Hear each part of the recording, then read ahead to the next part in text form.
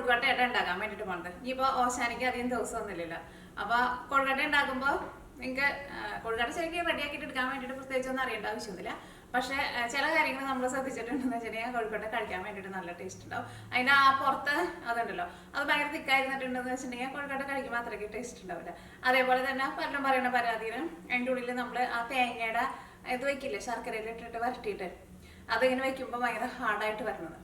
അപ്പോൾ അതിനുള്ള പരിഹാരങ്ങളൊക്കെ പറഞ്ഞിട്ടാണ് ഇന്നത്തെ നമ്മുടെ വീഡിയോ.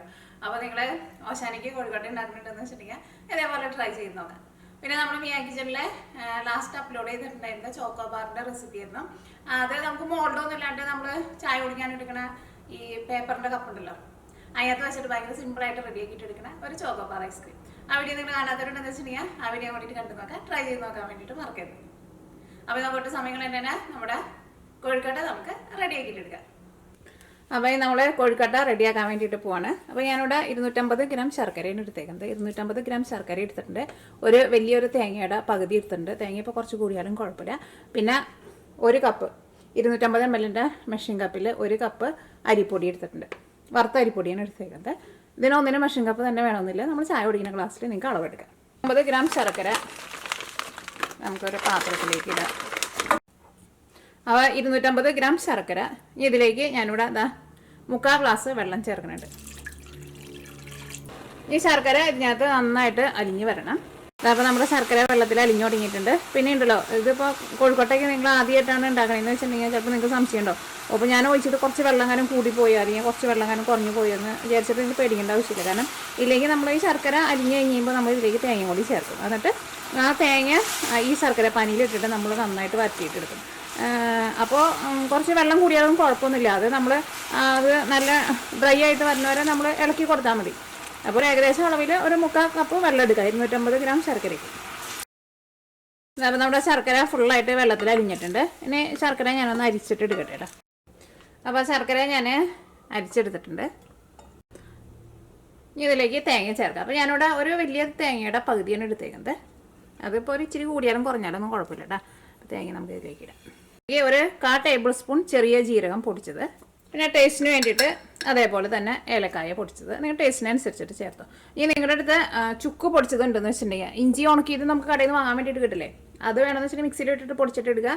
അല്ലെങ്കിൽ ചുക്കിൻ്റെ പൊടിയായിട്ട് നമുക്ക് വാങ്ങാൻ വേണ്ടിയിട്ട് കിട്ടും. അത് ഉണ്ടെന്ന് വെച്ചിട്ടുണ്ടെങ്കിൽ അതും കൂടിയിട്ട് ചേർക്കാം കേട്ടോ.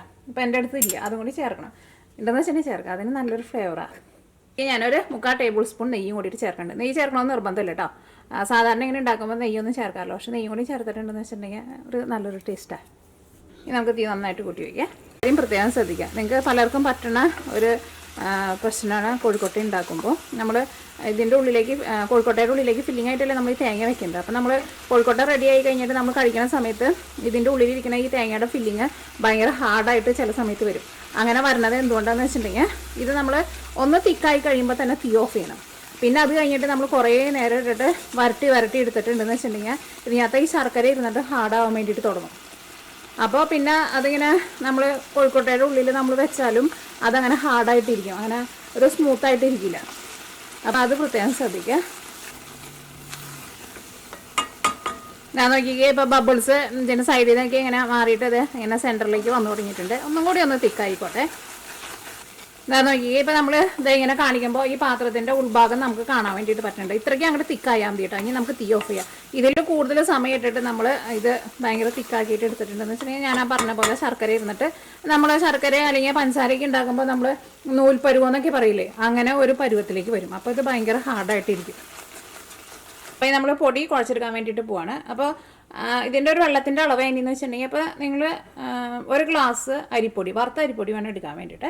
ഒരു ഗ്ലാസ് വറുത്ത അരിപ്പൊടി എടുക്കുമ്പോൾ ആ സെയിം ഗ്ലാസ്സിൽ ഒരു ഗ്ലാസ് നല്ല തിളച്ച വെള്ളം ചേർത്തിട്ട് വേണം കുഴയ്ക്കാൻ വേണ്ടിയിട്ട്. അപ്പോൾ 3/4 ഗ്ലാസ് എടുക്കാമെന്ന് വെച്ചിട്ടുണ്ടെങ്കിൽ 3/4 ഗ്ലാസ് വെള്ളം നന്നായിട്ട് വെട്ടി തിളങ്ങുന്ന വെള്ളമായിരിക്കണം. എന്നാൽ മാത്രമേ ആ ചൂടുള്ള വെള്ളത്തിൽ കുഴച്ചിട്ട് എടുക്കുമ്പോഴാണ് നമ്മുടെ പൊടിക്ക് നല്ല പശിമ കിട്ടുക. അപ്പോൾ അതുകൊണ്ടാണ് നല്ല തിളച്ച വെള്ളത്തിൽ കുഴയ്ക്കാൻ വേണ്ടിയിട്ട് പറയുന്നത്. അപ്പോൾ ഞാനിവിടെ ഒരു കപ്പ് വറുത്ത അരിപ്പൊടി എടുത്തിട്ടുണ്ട്. പിന്നെ ചേർക്കണ വെള്ളത്തിൽ നിങ്ങൾ ഉപ്പും കൂടിയിട്ട് ചേർക്കണം കേട്ടോ. അപ്പോൾ ഈ നല്ല തിളച്ച വെള്ളം ചേർക്കുക. അപ്പോൾ ഞാൻ ഈ വെള്ളത്തിൽ ഉപ്പും കൂടിയിട്ട് ചേർത്തിട്ടുണ്ട് കേട്ടോ. വെള്ളത്തിൽ ഉപ്പും കൂടിയിട്ട് ചേർക്കുക. കറക്റ്റ് വെള്ളം അത്രയ്ക്ക് തന്നെ ചേർത്തോ. ഇതാ പൊടി നല്ല ചൂടോട് കൂടിയിട്ട് തന്നെ കുഴച്ചിട്ടെടുക്കുക. അതേപോലെ എന്തെങ്കിലും ഒരു സ്പൂൺ എന്തെങ്കിലും വെച്ചിട്ട് ഇതേപോലെ ഇങ്ങനെ ഫസ്റ്റ് ഇങ്ങനെ ഇളക്കുക. അല്ലെങ്കിൽ നമുക്ക് നല്ല തിളച്ച ചൂടിലിരിക്കുമ്പോൾ നമുക്ക് ചെയ്യാൻ വേണ്ടിയിട്ട് പറ്റില്ലല്ലോ. ഇങ്ങനെ ചെയ്യുമ്പോൾ ഈ പൊടിക്ക് നല്ല പശിമയുണ്ടാവും ഈ തിളച്ച വെള്ളത്തിൽ ചെയ്യുമ്പോൾ. എന്നാൽ മാത്രമേ ഇത് നമുക്ക് നല്ല കനം കുറച്ചിട്ട് പരത്തിയിട്ട് ഇതിൻ്റെ ഉള്ളിൽ തേങ്ങയുടെ ഫില്ലിങ് വെക്കാൻ വേണ്ടിയിട്ട് പറ്റുള്ളൂ. നോക്കി, ഇതിപ്പോൾ ഒരു കറക്റ്റ് പരുവാണത്. ഇതിലേക്ക് ഞാനിവിടെ ഒരു 1/2 ടേബിൾ സ്പൂൺ നെയ്യ് വെളിച്ചെണ്ണ ചേർക്കുന്നുണ്ട്. അത് ചേർത്തില്ലെങ്കിൽ കുഴപ്പമില്ല, പക്ഷേ നമ്മൾ തേങ്ങ വരട്ടിയെടുത്തപ്പോഴും ചേർത്തിട്ടുണ്ട്. ഇനി അതും ചേർക്കാം. അപ്പോൾ ഒരു നല്ലൊരു സോഫ്റ്റ് ആയിട്ടുള്ള ഒരു ഫീലിംഗ് ഉണ്ടാവും.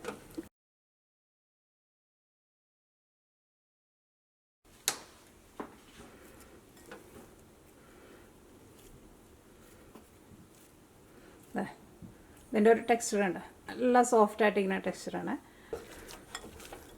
ഇനി നമുക്ക് കൈ കൊണ്ട് ഒന്നുകൂടി ഒന്ന് കുഴച്ചെടുക്കാം.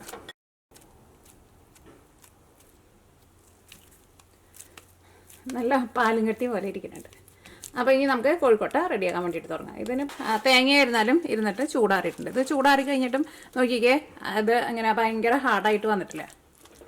അപ്പോൾ ഞാൻ പറഞ്ഞേക്കണ അതേപോലെ നിങ്ങൾ ഓഫ് ചെയ്തില്ല എന്ന് വെച്ചിട്ടുണ്ടെങ്കിൽ ചൂടാറി കഴിഞ്ഞ് കഴിയുമ്പോൾ ഇത് ഭയങ്കര ഹാർഡായിട്ടിരിക്കും. അപ്പോൾ നമ്മൾ കോഴിക്കോട്ട റെഡിയാക്കാൻ വേണ്ടിയിട്ട് പോവാണ്. വലിയ കോഴിക്കോട്ട വേണമെന്ന് വെച്ചിട്ടുണ്ടെങ്കിൽ വലുതുണ്ടാക്കുക, ചെറുത് വേണമെന്ന് വെച്ചിട്ടുണ്ടെങ്കിൽ ചെറുതുണ്ടാക്കുക. ഇത് കയ്യിൽ വെച്ചിട്ട് ഇതേപോലെ ഇങ്ങനെ ഉരുട്ട ഒരു നല്ല സ്മൂത്ത് ബോളാക്കുക. ഇത് നോക്കിക്കേ, ഇതൊരു ഫിനിഷിങ് ഉണ്ട്, ഒട്ടും ക്രാക്ക ഒന്നും വന്നിട്ടില്ല, ഭയങ്കര സോഫ്റ്റായിട്ടുള്ള ഫിനിഷിങ്. ഇനി എന്ത് ചെയ്യണം, ഇനി ഇത് നമ്മൾ കനം കുറച്ചിട്ട് പരത്തുക. കയ്യിൽ വെച്ചിട്ട് ജസ്റ്റ് ഇങ്ങനെ ഒന്ന് പരത്തുക.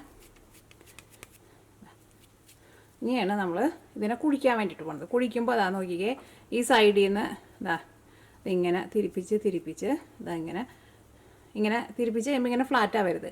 ഈ സെൻറ്റർ ഭാഗം ഉണ്ടല്ലോ, അത് നമ്മൾ കുഴിച്ചു കൊടുക്കാൻ വേണ്ടിയിട്ട് ശ്രദ്ധിക്കണം കേട്ടോ. ഞാൻ അതിൻ്റെ ഉള്ളിലാണ് നമുക്ക് ഫില്ലിങ് വയ്ക്കുന്നത്. ഫ്ലാറ്റായി പോയിട്ടുണ്ടെന്ന് വെച്ചിട്ടുണ്ടെങ്കിൽ ചിലപ്പോൾ അതങ്ങോട്ട് പൊട്ടിപ്പോകും. അപ്പോൾ ഇതിനെ ഈ സൈഡ് നമ്മൾ കനം കുറച്ച് കൊടുക്കുകയും വേണം, ഉള്ളിൽ നമ്മൾ കുഴിച്ചു കൊടുക്കുകയും വേണം. കണ്ട, എന്നിട്ട് ഒന്ന് പരന്ന് കഴിഞ്ഞ് കഴിയുമ്പോൾ ഒന്ന് ഒതുക്കി ഒന്ന് കുഴിച്ചു കൊണ്ടുവരാം. ഇങ്ങനെ കോഴിക്കോട്ട ഉണ്ടാക്കിയിട്ടുണ്ടെങ്കിൽ ഒട്ടും കട്ടി ഉണ്ടാവില്ല, കഴിക്കാൻ വേണ്ടിയിട്ട് നല്ല ടേസ്റ്റായിരിക്കും. അല്ലെങ്കിൽ ചിലവർ ചിലപ്പോൾ വെറുതെ ജസ്റ്റ് ഒന്ന് കുഴിച്ചിട്ട് അതിൻ്റെ ഉള്ളിൽ ഫില്ലിങ് വെച്ചിട്ട് കോഴിക്കോട്ട ഉണ്ടാക്കും. പക്ഷേ അതിന് ടേസ്റ്റ് ഉണ്ടാവില്ല, ഭയങ്കര തിക്കായിട്ടിരിക്കും. ഇതാവുമ്പോൾ നല്ല കനം കുറഞ്ഞിട്ടിരിക്കും. എവിടെയെങ്കിലും വിട്ടു പോകുന്നുണ്ടെന്ന് വെച്ചിട്ടുണ്ടെങ്കിൽ അതൊക്കെ ഒന്ന് ജോയിൻ ചെയ്തിട്ട് കുഴിച്ചെടുക്കാം. ഇതിപ്പോൾ നല്ല കനം കുറഞ്ഞിട്ടാണ് ഇരിക്കുന്നത്. ഇതേപോലെ ഇങ്ങനെ നല്ല കനം കുറഞ്ഞിട്ട് വരണം.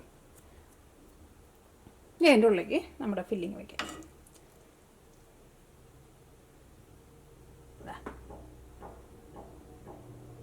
ഇച്ചിരിയും കൂടി വയ്ക്കാം. ഒരുപാട് നിറച്ച് വയ്ക്കരുത്, എന്നാൽ തീരെ വയ്ക്കാണ്ടിരിക്കുകയും ചെയ്യരുത്. ഇത് എത്ര ചൂടാറി കഴിഞ്ഞാലും നമ്മുടെ ഈ ഫില്ലിങ് ഹാർഡായിട്ട് വരില്ല. ഇനി ഇതിനെ നമ്മൾ എല്ലാ സൈഡിൽ നിന്നും തേങ്ങേനെ ആദ്യം ഒന്ന് ഒതുക്കി കൊടുക്കുക. ഇങ്ങനെ സൈഡിൽ നിന്ന് ഇങ്ങനെ ഉള്ളിലേക്ക് സെൻറ്ററിലേക്ക് കൊണ്ടുവന്നിട്ട് ഇങ്ങനെയാണ്ട് യോജിപ്പിക്കും. ഇവിടെ നന്നായിട്ട് കൂട്ടാം.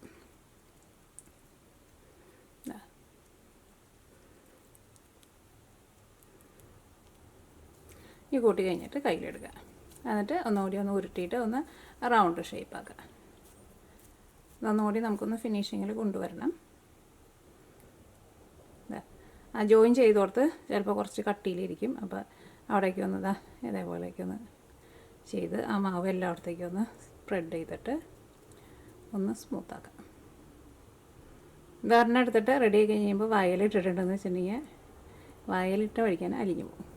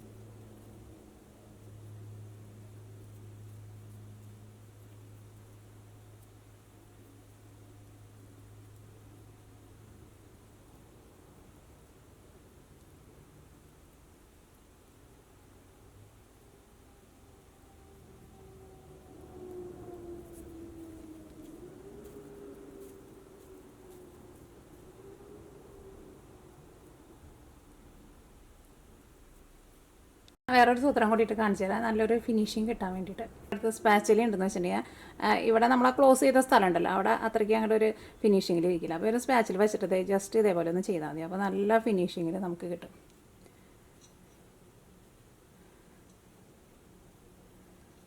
ഈ സ്പാച്ചില വെച്ചിട്ട് തന്നെ ചെയ്യണം കേട്ടോ, കാരണം ഈ സ്പാച്ചില ഭയങ്കര സോഫ്റ്റ് ആയിട്ടിരിക്കുമല്ലോ. സ്പൂണൊക്കെ വെച്ച് ചെയ്തിട്ടുണ്ടെന്ന് വെച്ചിട്ടുണ്ടെങ്കിൽ എനിക്ക് തോന്നുന്നു ചിലപ്പോൾ അത്രയ്ക്ക് ശരി ഫിനിഷിങ് കിട്ടില്ല. അതാ നോക്കിയേ, ഇപ്പോൾ നമ്മുടെ കൊഴുക്കട്ട എല്ലാവരും നമ്മൾ ഫില്ല് ചെയ്ത് റെഡിയാക്കിയിട്ട് എടുത്തിട്ടുണ്ട്. അപ്പോൾ ഇത്രയ്ക്ക് ഇത് വെച്ചിട്ട് 2, 4, 6, 8, 9 എണ്ണം കേട്ടോ ഉണ്ടാക്കാൻ വേണ്ടിയിട്ട് പറ്റിയത്. അത് നമ്മുടെ ഉണ്ടാക്കുന്ന വലിപ്പം അനുസരിച്ചിട്ട് ചിലപ്പോൾ നിങ്ങൾക്ക് ഒരു 10 കിട്ടും, അല്ലെങ്കിൽ ചിലപ്പോൾ നിങ്ങൾക്ക് ഒരു 7 കിട്ടും.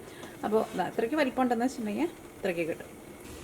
അപ്പോൾ ഇഡ്ഡലി പാത്രത്തിൽ വെള്ളം വെച്ചിട്ടുണ്ട്, ഇവിടെ തട്ട് വയ്ക്കുക. എൻ്റെ ഇഡ്ഡലി പാത്രം കണ്ടിട്ട് പേടിക്കണ്ട കേട്ടോ, നാട്ടിൽ നിന്ന് കൊണ്ടുവന്നതാണ്. പക്ഷേ എന്താ പറയുക, അതിൻ്റെ സ്റ്റീല് നല്ലതല്ല, കളറ് ഒക്കെ പോയി. അതിന് നമുക്ക് മൂടി വയ്ക്കാം. ഇത് നന്നായിട്ട് ആവി വന്നു കഴിഞ്ഞിട്ടുണ്ടെന്ന് വെച്ചിട്ടുണ്ടെങ്കിൽ പിന്നെ ഒരു 7-8 മിനിറ്റിനുള്ളിൽ നമ്മുടെ കൊഴുക്കട്ട നമുക്ക് റെഡി ആക്കിയിട്ടോ. പിന്നെ നിങ്ങൾ കൊഴുക്കട്ട ഉണ്ടാക്കുമ്പോഴുണ്ടല്ലോ, കറുത്ത ശർക്കര കിട്ടാമെന്ന് വെച്ചിട്ടുണ്ടെങ്കിൽ കറുത്ത ശർക്കര വെച്ചിട്ടുണ്ടാക്കാം. അതാ നോക്കിക്കേ, ഞാൻ ശരിക്കും വീഡിയോയിൽ കാണിച്ചത് ഇന്നലെ കേട്ടോ വീഡിയോ കാണിച്ചത്. പക്ഷേ ഞാൻ ആ ശർക്കര ഞാൻ വാങ്ങിച്ചപ്പോൾ ഞാൻ വിചാരിച്ചിട്ടുണ്ടായിരുന്നത് കറുത്ത ശർക്കരയെന്ന് വിചാരിച്ചിട്ടുണ്ടായിരുന്നു. അപ്പോൾ അത് കറുത്ത ശർക്കര ആയിരുന്നില്ല. എന്നിട്ട് ഞാൻ ഇന്നലെ വൈകിട്ട് പോയിട്ട് കറുത്ത ശർക്കര വാങ്ങിച്ചു. ഇന്ന് കൂടെ പിറ്റേ ദിവസം നേരം വെളുത്തു. അപ്പോൾ ഞാൻ സെയിം അതേപോലെ തന്നെ കറുത്ത ശർക്കര ഇട്ടിട്ട് തേങ്ങ വിളയിച്ചിട്ട് എടുത്തിട്ടുണ്ട്. അത് ചില ശർക്കരയുടെ ടേസ്റ്റിന് വ്യത്യാസം ഉണ്ടാവും കേട്ടോ. അല്ലെങ്കിൽ കരിപ്പെട്ടിയാന്ന് വെച്ചിട്ടുണ്ടെങ്കിൽ കരിപ്പെട്ടി എടുത്താലും മതി. ചില ശർക്കരയ്ക്ക് അത്രയ്ക്ക് ടേസ്റ്റ് ഉണ്ടാവില്ല. ഇന്നലെ ഉണ്ടാക്കിയേക്കണ ഞാൻ നിങ്ങളെ കാണിച്ചില്ലേ ആ വീഡിയോയിൽ, ഉപയോഗിച്ചേക്കണ ആ ശർക്കര ഉണ്ടല്ലോ, ആ ശർക്കരയ്ക്ക് അങ്ങനെ അത്രയ്ക്ക് തന്നെ ഒരു ടേസ്റ്റ് ഇല്ല, ഒരു പശ പോലത്തെ ഒരു ടേസ്റ്റ് ആയിരുന്നു. പക്ഷേ ഇത് നല്ല അടിപൊളി ടേസ്റ്റ് ആട്ടോ. അപ്പോൾ നിങ്ങൾ കൊഴുക്കട്ട ഉണ്ടാക്കുമ്പോൾ ഇങ്ങനെ നല്ല കറുത്ത ശർക്കര കിട്ടാന്ന് വെച്ചിട്ടുണ്ടെങ്കിൽ കറുത്ത ശർക്കര വെച്ചിട്ടുണ്ടാക്കാം. ഇതാണ് ശരിക്കും കാണാൻ വേണ്ടിയിട്ട് നല്ല ഭംഗിയുള്ള കൊഴുക്കട്ട.